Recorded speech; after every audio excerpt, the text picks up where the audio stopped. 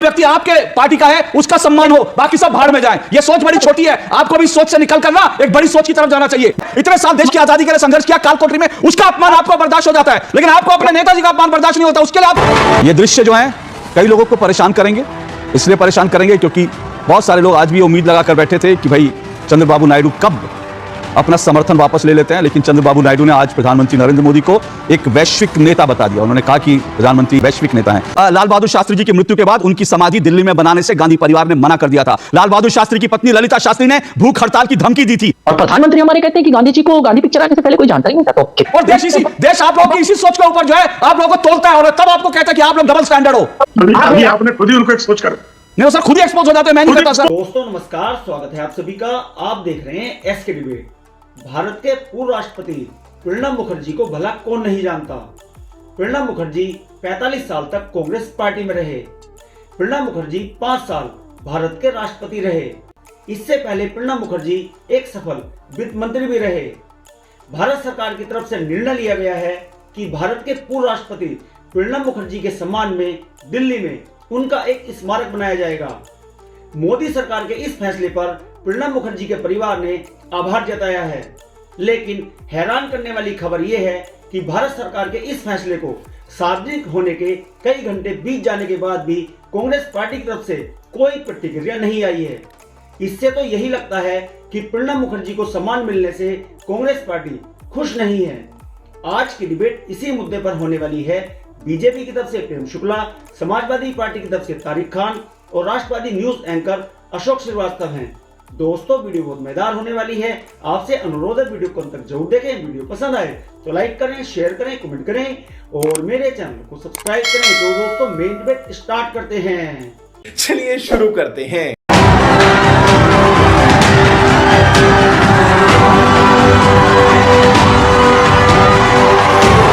ये दृश्य जो है कई लोगों को परेशान करेंगे, इसलिए परेशान करेंगे क्योंकि बहुत सारे लोग आज भी उम्मीद लगाकर बैठे थे कि भाई चंद्रबाबू नायडू कब अपना समर्थन वापस ले लेते हैं, लेकिन चंद्रबाबू नायडू ने आज प्रधानमंत्री नरेंद्र मोदी को एक वैश्विक नेता बता दिया। उन्होंने कहा कि प्रधानमंत्री वैश्विक नेता हैं। ये आप दृश्य देखिए, विशाखापट्टनम में प्रधानमंत्री नरेंद्र मोदी किस तरह से वहाँ पर प्रधानमंत्री का स्वागत करने के लिए लोग जुटे थे, कैसे वहाँ पर लोग पुष्पों की वर्षा कर रहे हैं।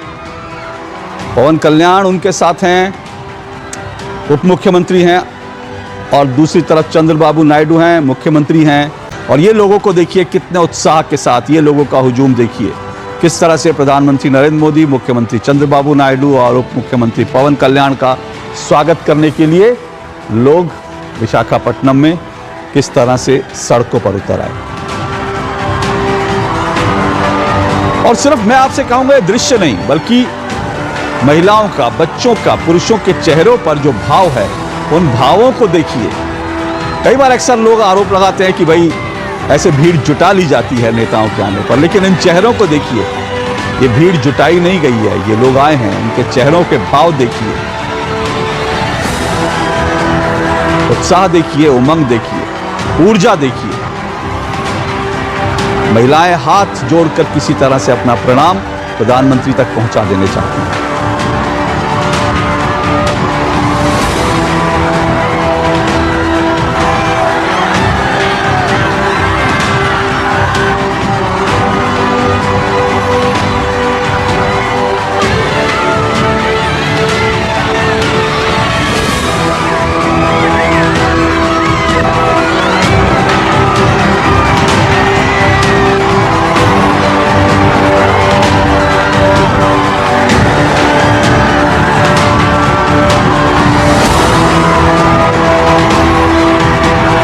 यही तो मैं कह रहा हूं कि बीजेपी ने तो ये परंपरा शुरू करी, और किसी पार्टी ने ऐसी परंपरा शुरू करी हो तो मुझे बताइए। देखिए आधी अधूरी बात कैसे आप कह रहे हैं कि सिर्फ गांधी परिवार की 17 लोगों की स्मृति स्थल वहां पर बनाए गए हैं राजघाट के आसपास, तो सब तो गांधी परिवार के नहीं।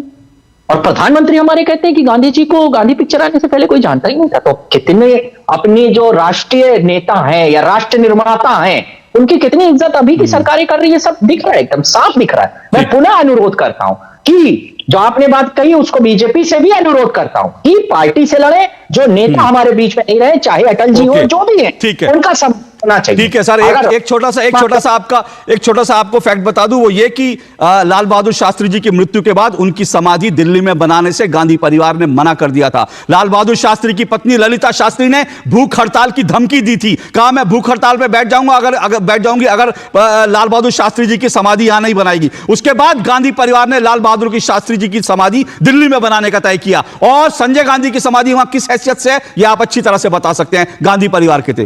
राजनीतिक मतभेदों से अलग हटकर अपने राजनीतिक जो विरोधी रहे उनके लिए भी उनको भी सम्मान मिले, इसके लिए तो आप प्रशंसा करेंगे जरूर। ठीक है, थोड़ा सा बीजेपी को अपने नेताओं पे भी ध्यान देना चाहिए, जैसे श्यामा प्रसाद मुखर्जी, पंडित दीनदयाल उपाध्याय, इन पे भी देना चाहिए। ठीक है, कैसे कैसे लोग रहते हैं यार यहाँ पर। लेकिन एक बात मुझे समझ नहीं आया, कोई ऐसा दिन नहीं होता जब भारतीय जनता पार्टी नेताजी का अपमान न करती हो, कोई ऐसा दिन। मैं एक रिक्वेस्ट करना चाहता हूं, मेरा दिल दुखता है, आप जो लोग हैं उनसे नहीं लड़ पाते क्या? अखिलेश यादव साहब है ना मजबूत नेता, लड़िए ना उनसे, दम नहीं है क्या? चड्ढा समझाओ इसे, समझाओ। नेताजी को गाली देना बंद करेंगे? आज बीजेपी के प्रवक्ता ये वादा करेंगे कि नेताजी का जिक्र क्यों अच्छे में करें ना, मैं ये कह रहा हूं, हम तो नहीं करते। और हम ऐसा करते क्यों? अतीत के गड्ढे में उतर कर हम काली और सफेद मिट्टी को क्यों उखाड़ते हैं? पता है क्यों निकालते हैं? क्यों? क्योंकि आपके पास मुद्दे नहीं है। मैंने कहा वीर सावरकर का अपमान बंद होना चाहिए, वीर सावरकर का अपमान बंद होना चाहिए। तारिक खान जी जवाब दीजिए।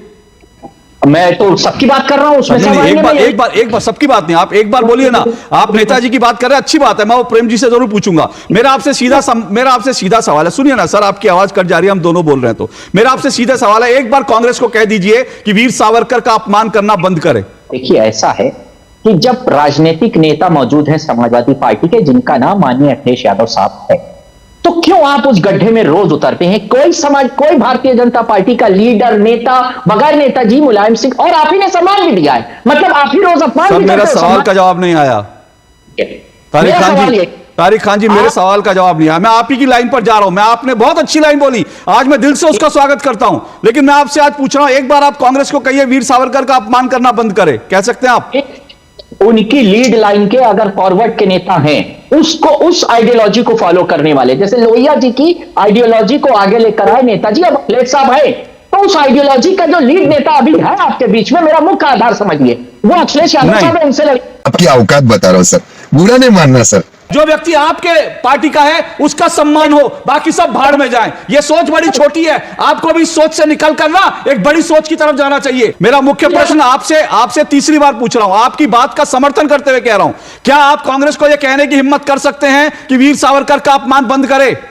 अपने नेता की बात कर रहा हूं। हाँ, एग्जैक्टली, बिल्कुल अवाक है, क्योंकि आपको अपने नेता की बात हो तो आपको खराब लगेगी। एक स्वतंत्रता सेनानी, एक नेता, एक राष्ट्रीय व्यक्ति जिसने जो है इतने साल देश की आजादी के लिए संघर्ष किया कालकोठरी में, उसका अपमान आपको बर्दाश्त हो जाता है, लेकिन आपको अपने नेताजी का अपमान बर्दाश्त नहीं होता। उसके लिए आप चाहते हैं कि एक अंडर बिना लिखी एक लाइन सब मान लें कि जो अब नहीं है उसका सम्मान, लेकिन आपके नेता का सम्मान हो, पर वीर सावरकर का सम्मान नहीं होना चाहिए। यही आप लोगों की छोटी सोच है सर।